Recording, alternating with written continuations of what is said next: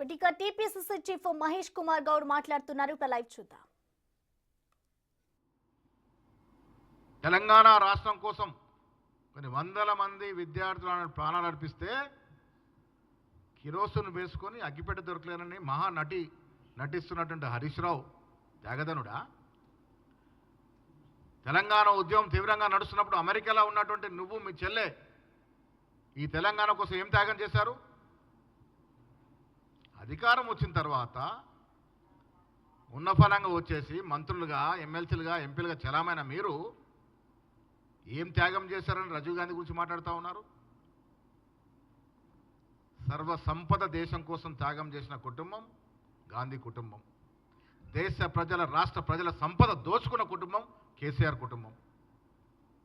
ఈ దేశంలోనే అత్యంత తక్కువ సమయంలో అత్యంత ఎక్కువ దోచుకున్న కుటుంబం, రాజకీయ కుటుంబం ఏదైనా ఉంది అంటే అది కేసీఆర్ కుటుంబము. ఇది దేశ ప్రజలందరూ తెలుసు.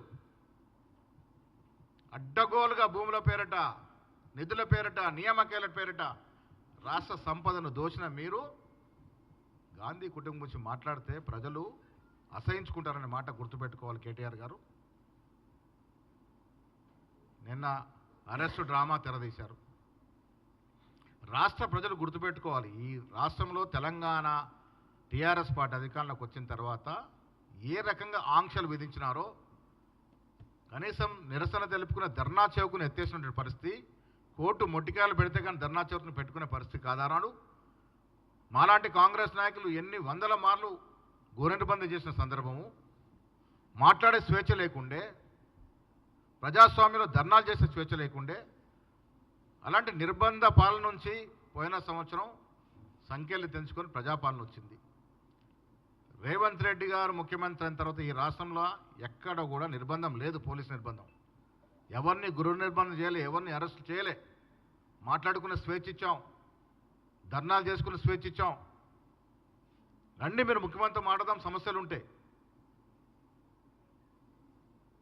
మీ రాజకీయ ప్రాబల్యం పెంచుకోవడానికి, అటెన్షన్ డైవర్ట్ చేసుకోవడానికి విచ్చలవిడిగా మాట్లాడడం, కౌశిక్ రెడ్డి వాడిన భాష, కేసీఆర్ గారు ఫామ్ హౌస్ నుంచి కౌశిక్ రెడ్డి ఫోన్ చేసి ఎందుకు మందలించట్లేదు? ఏం భాష మాట్లాడుతున్నాడు కౌశిక్ రెడ్డి? ఏ విధంగా పోలీసులు నిధులు నిర్వహిస్తుంటే అడ్డుకుంటారు మీరు? ఏ విధంగా ఏసీబీని తోసేస్తారు? చట్టం ఎవరికి చుట్టం కాదు. శాంతి భద్రతలు చేతిలోకి తీసుకొని మేము మాట్లాడుకుంటామంటే ఇక్కడ యంత్రాంగం చూస్తూ కూర్చున్న పరిస్థితి ఉండదు. శాంతి భద్రతలు మాకు అత్యంత ప్రయారిటీ.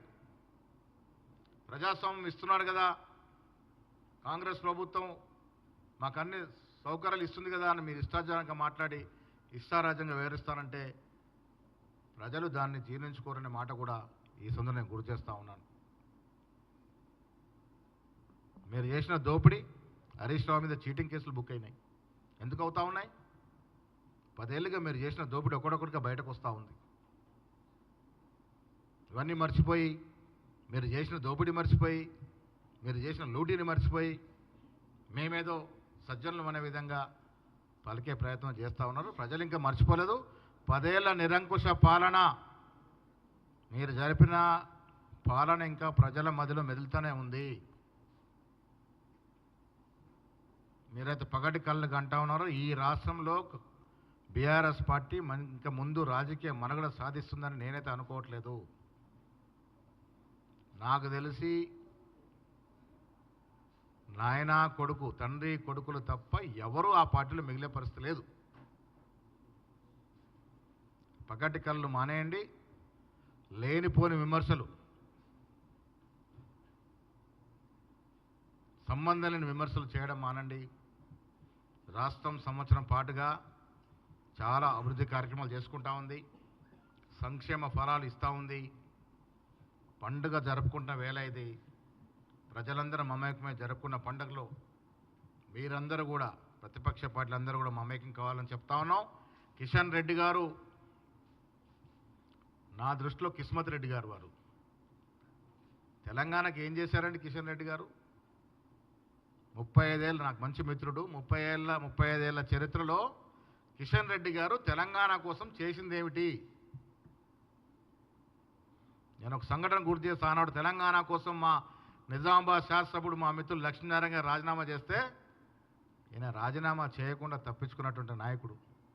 ఈయన తెలంగాణ గురించి మాట్లాడుతూ ఉన్నాడు. ఇలా కొన్ని వేల కోట్లు కేంద్ర ప్రభుత్వం రాష్ట్ర ప్రభుత్వానికి ఇవ్వాల్సిన బకాయిలు ఉన్నాయి. కిషన్ రెడ్డి గారు, బండి సంజయ్ గారు దాని గురించి మాట్లాడండి. విభజన హామీలో చట్టపరంగా ఉన్న హామీలు కేంద్ర ప్రభుత్వం నెరవేర్చడం లేదు. దాని గురించి ఎందుకు మాట్లాడరు మీరు? మూసీ నది గురించి మాట్లాడే ముందు సబర్మతి నదిలో మీరు ఎంతమంది నిరాశ్రయాలు చేశారు, ఎంతమందిని ఎత్తేసారు బయట, ఒక్కరు కూడా ఇల్లు ఇవ్వలేదు. దాని గురించి ఎందుకు మాట్లాడరు? బీజేపీ పార్టీ బీద ప్రజల గురించి మాట్లాడే హక్కు లేదు. సంవత్సరం పాలన పట్ల ఎక్కడ కూడా మీరు ఏలెత్తి చూపే విధంగా లేవు. కాబట్టి లేనిపో